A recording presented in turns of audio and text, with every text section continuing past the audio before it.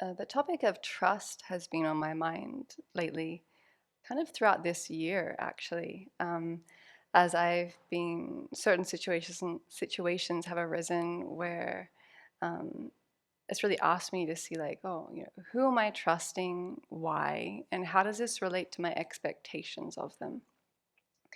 And I think it's important, living in community, particularly monastic community, that there is a level of trust that we have of each other.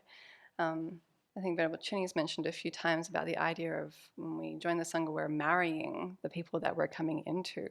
Um, and that I don't think in a certain way, and that we wouldn't really marry someone that we don't trust.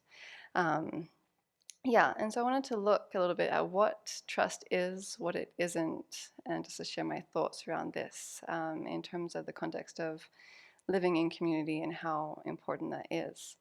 Um, and so, in terms of what trust isn't, and uh, relating to how we interact with one another and the expectations we have of each other, and then how that relates to our spiritual life.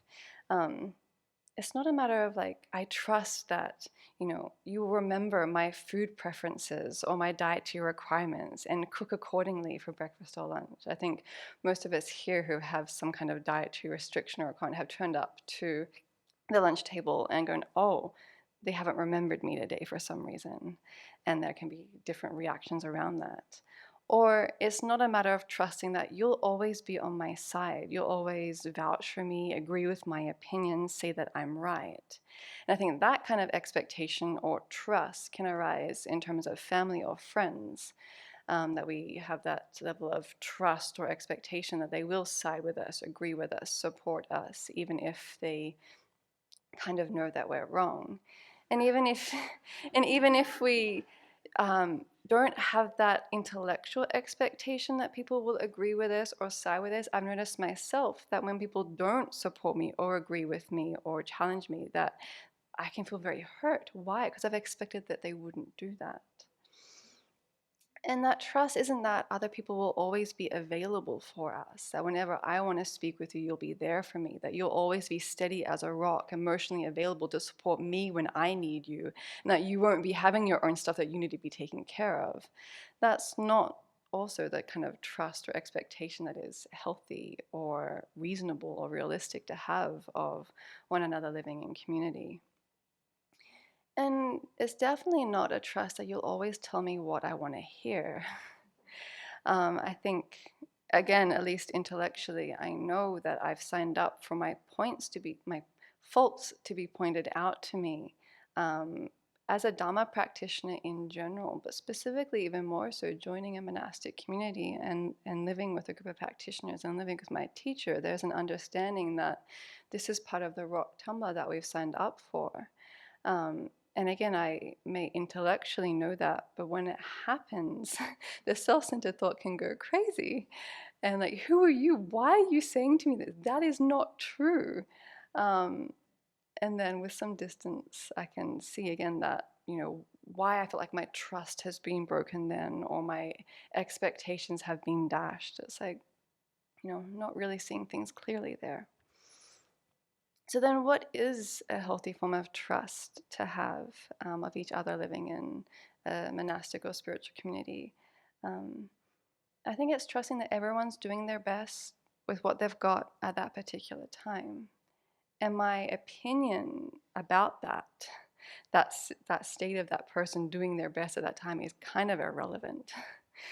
um, yeah, my opinion about how that person is doing and what they're showing, or how they're treating me, is like, if I can just trust that, this person who is a practitioner of the Buddha's teaching, they're committed to working, um, to develop love, compassion, wisdom, and to treat others with respect. And okay, they may be struggling right now, but am I going to judge them for that?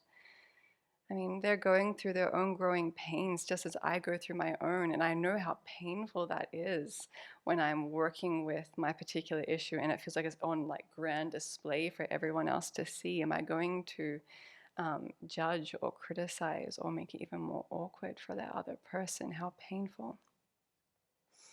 Um, and another level of trust, again, like I just mentioned, trusting that everyone here is committed as a practitioner of the Buddha's teachings to love, compassion, wisdom, truth, personal growth.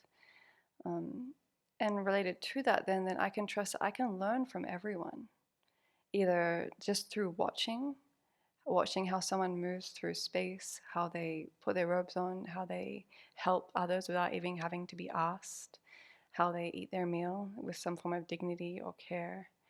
And I can trust through others' mistakes. So, we get to see each other's rough edges here and to not judge, but to learn it, to support, and then to learn from others' mistakes in terms of trying to not do that ourselves or to help and support and to grow. Mhm. Yeah. And then also learning from others' successes in terms of rejoicing and not judging or being competitive or having that comparing mind, but rather just rejoicing in the good qualities of others and seeing that as a way that something that we aspire to emulate ourselves. And then to trust also the advice of others. And that's been particularly alive for me recently. And just appreciating that, you know, everyone here has their own experience of applying the Dhamma to their own lives and seeing where it doesn't work or how they've struggled with that and seeing where it has worked. And then everyone has something to share.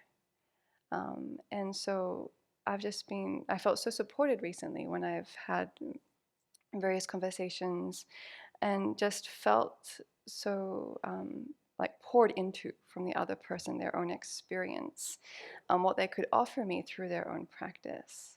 And I could feel that level of trust because I appreciate, I've seen the work that people have done here. I've can see in the growth that I've seen in various people, and how very precious it is to have people here that I can trust with my spiritual growth and my spiritual journey. The most important thing that I have.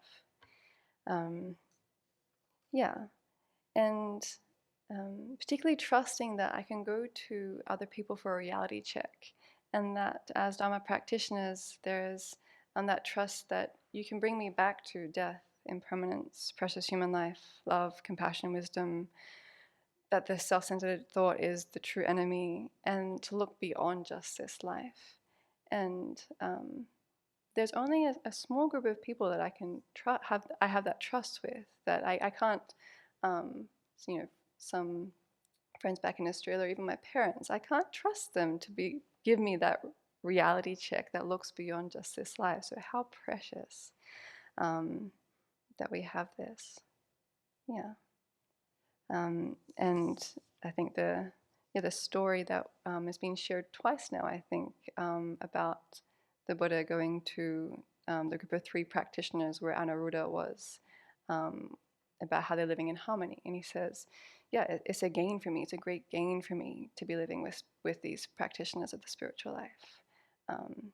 Yeah, embodies for me that trust that we can have of each other as practitioners of the Buddha's teachings, and how we can, that container living in community provides this great resource that we have in each other to be able to learn, grow, and keep walking on the path.